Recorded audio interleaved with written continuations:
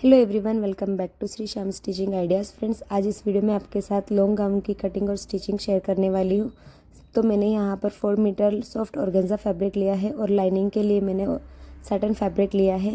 सबसे पहले हमें यहाँ पर टॉप पार्ट की कटिंग करनी है। टॉप पार्ट की कटिंग के लिए हमें इस तरह से फैब्रिक को 4 फोल्ड बिछाना है। फ्रंट और बैक की कटिंग हम साथ में ही करेंगे। फैब्रिक हमें देख लेना है कि चेस्ट हमारी इसमें होगी या नहीं। ऊपर की तरफ सीधी लाइन बनाएंगे। जहाँ से हमने सीधी लाइन बनाई है वहाँ से हमें टॉप पार्ट की लेंथ देखनी है। 13 इंच मेरी यहाँ। सबसे पहले हमें शोल्डर की मार्किंग करनी है। 13 इंच का हम हाफ करेंगे तो 6.5 इंच पर मैंने शोल्डर की मार्किंग कर ली है। और नीचे की तरफ मैंने आर्म होल्स भी 6.5 इंच ले लिए हैं। फिर 32 के हिसाब से हमें यहाँ पर 8 इंच पर हमारी चेस्ट का मार्किंग करना है। 1.5 इंच हम ले लेंगे सिलाई मार्जिन। नीचे की तरफ हमें कमर का निशान लगाना है। 26 इंच यहाँ पर मेरी वेस्ट है तो 6.5 इंच पर मैंने यहाँ पर मार्किंग कर ली है। 1 इंच हमें डॉट के लिए लेना है और 1.5 इंच हम ले लेंगे सिलाई मार्जिन के लिए। स्केल की मदद से इन सभी निशान को हमें एक दूसरे के साथ मिला लेना है।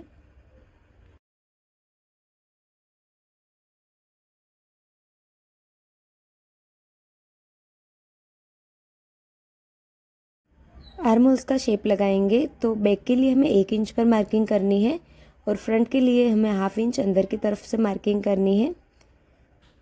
फ्रंट की तरफ आप ऐसे ही अंदाज से हाफ इंच अंदर करते हुए मार्किंग कर लीजिए। तो यहाँ पर मेरे फ्रंट और बैक दोनों आर्म होल्स की मार्किंग हो गई है। अब हमें इसकी कटिंग कर लेनी है। नेक की कटिंग मैं आपको साथ बाद में दिखाऊंगी क्योंकि वो हमें पेपर कैनवास पर कटिंग करनी है जिससे कि हमारी फिनिशिंग बहुत अच्छी आएगी।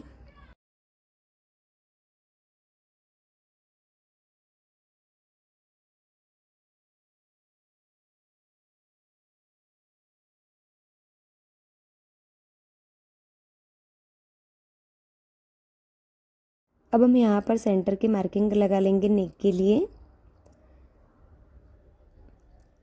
फिर हमें नीचे से हमारे जो डॉट लगाएंगे उसकी मार्किंग करनी है। तो सिलाई मार्जिन छोड़ते हुए हमें सेंटर लेना है। सेंटर पर हमें मार्किंग करनी है और 4 इंच हमें ऊपर की तरफ डॉट की मार्किंग भी कर लेनी है। इस तरह से हमें फ्रंट और बैक दोनों पार्ट में मार्किंग करके लास्ट में सिलाई लगानी है। हाफ इंच हम दोनों तरफ ले लेंगे क्योंकि 1 इंच हमने सिलाई मार्जिन लिया था। इस तरह से इसमें भी हमें मार्किंग कर लेनी है ताकि जब हम सिलाई लगाएं तो हमें आसानी से सिलाई का पता चले।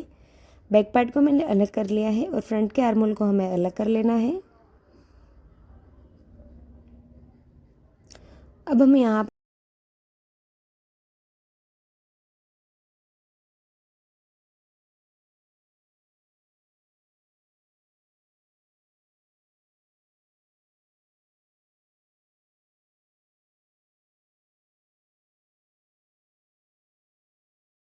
आप देख सकते हैं यहाँ पर मेरे टॉप पार्ट की कटिंग कंप्लीट हो गई है। अब हमें यहाँ पर नीचे के हमारे घेर की कटिंग करनी है।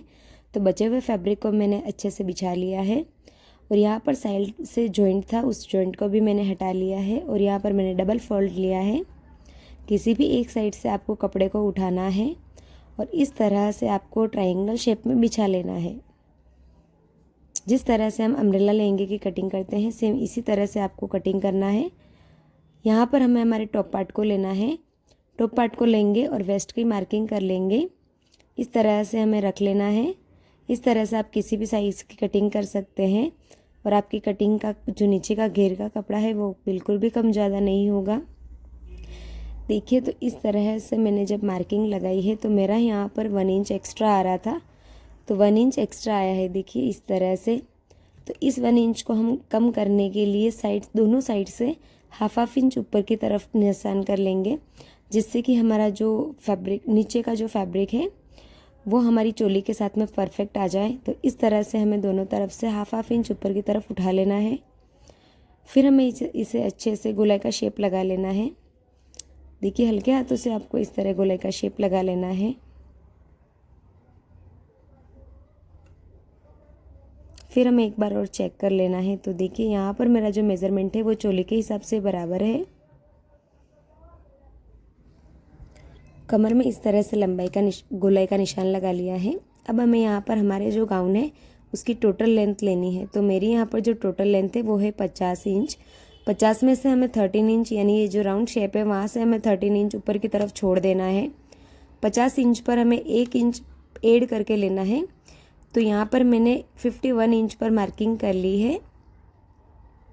फिर सेम हम अम्ब्रेला लेंगे में जिस तरह घेर पर निशान करते हैं इसी सेम तरीके से हमें यहाँ पर भी गोलाई में सारे निशान लगा लेने हैं।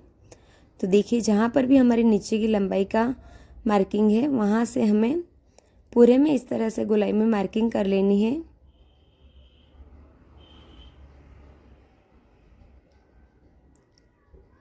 सो आप देख सकते हैं कि मैंने यहाँ पर गोलाई में अम्ब्रेला कट लहंगे की तरह मार्किंग कर ली है।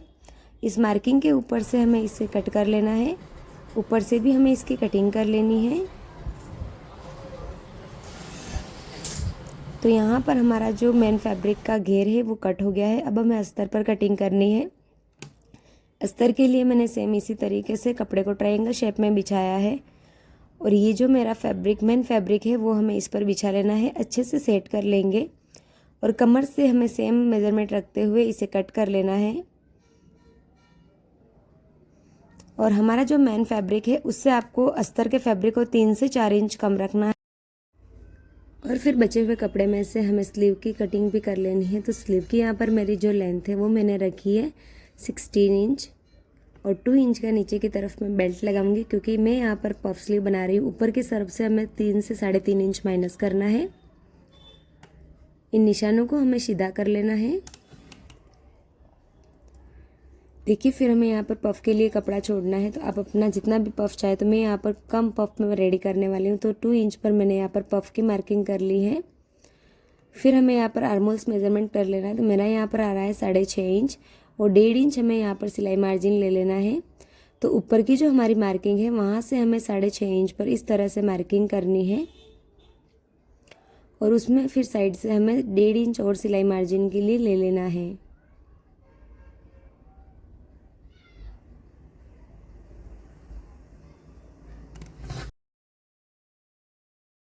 टू इंच के एक्स्ट्रा मार्जिन को छोड़ते हुए हमें यहाँ पर हमारे स्लीव का शेप लगा लेना है।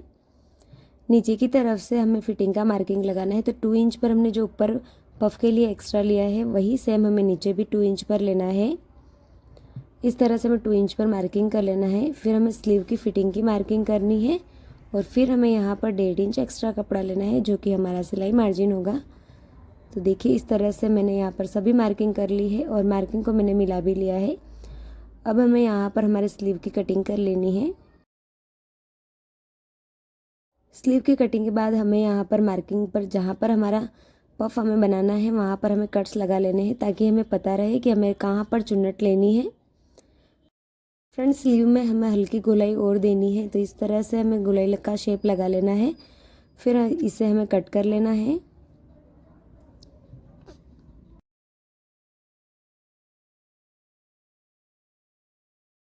अब हम नेक के लिए पेपर कैनवास रेडी करेंगे। तो देखिए यहाँ पर मैंने नेक विड्थ रखी है 3 इंच।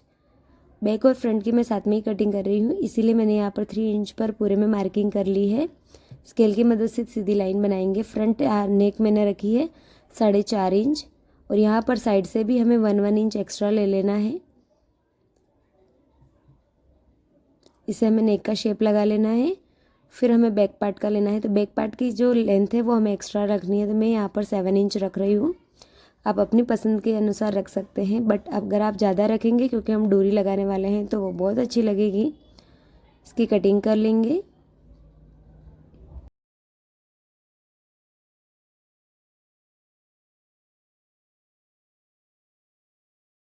बचे हुए कपड़े पर इसे रखेंगे और फिर हमें इसे आयरन कर लेना है। सो फ्रेंड्स आप देख सकते हैं कि यहाँ पर मेरे सभी पार्ट्स की कटिंग हो गई है। सो टॉप पार्ट को हमें अस्तर के साथ में इस तरह से अटैच कर लेना है और साथ में ही हमें नेक भी फिनिशिंग कर लेनी है। यहाँ पर ये मेरा फ्रंट पार्ट है और ये मेरा बैक पार्ट है। दोनों पार्ट्स को मैं रेडी कर लूँगी। घेर का जो लाइनिंग का फैब्रिक है उसमें मेरा नीचे की तरफ से कम था, तो मैंने यहाँ पर ये जॉइंट भी कट कर लिया है। सो फ्रेंड्स मैंने यहाँ पर मेरा बैक और फ्रंट दोनों पार्ट रेडी कर लिए हैं। साथ में मैंने शोल्डर भी जॉइंट कर लिए हैं। देखिए मैंने नेक में यहाँ पर हाथ सिलाई लगानी है, इसलिए अभी आपको इस तरह से फिनिशिंग वाला नहीं दिख रहा है।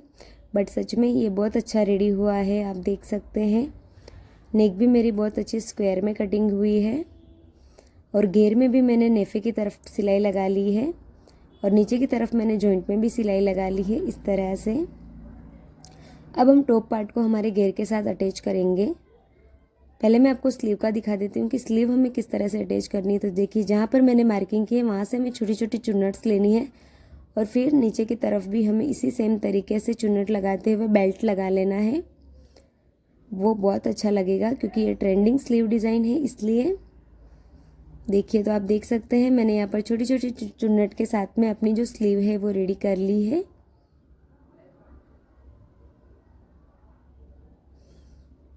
अब मैं आपका घेर अटैच करके दिखाती हूँ। तो यहाँ पर मैंने घेर और मेन टॉप पार्ट के साथ में सेंटर की मार्किंग की है।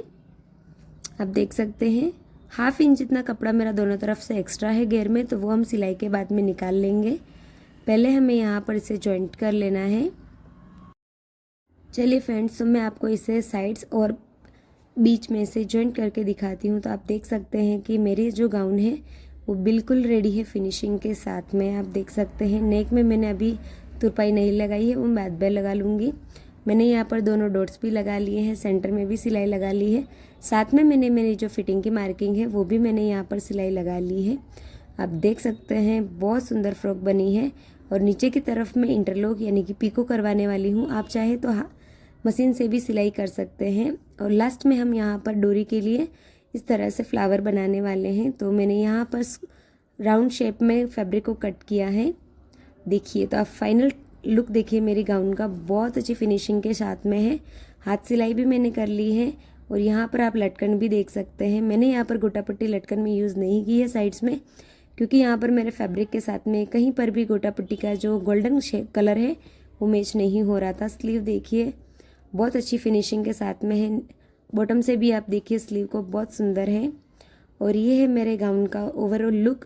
आपको कैसा लगा मुझे कमेंट में ज़रूर बताइए। आप इसकी स्टिचिंग का वीडियो भी देखना चाहते हैं तो कमेंट करिएगा, मैं आपके साथ ज़रूर शेयर करूँगी। और नीचे की तरफ मैंने इस तरह से पिको करवा लिया है, वो भी बहुत अच्छा आ रहा है। सो फ्रेंड्स, आपको मेरी ये फ्रॉक या गाउन कैसा लगा कमेंट में प्लीज़ ज़रूर बताइएगा। देखिए, ये है इसकी बैक पार्ट जो कि पहनने के बाद बहुत सुंदर लग रही थी। आपने फर्स्ट में वीडियो में देखा होगा कि इसकी फिटिंग फिनिशिंग बहुत अच्छी आई है। मैंने 2 सिस्टर्स के लिए ये रक्षाबंधन पर बनाई है। मिलते हैं नेक्स्ट वीडियो में, बाय बाय।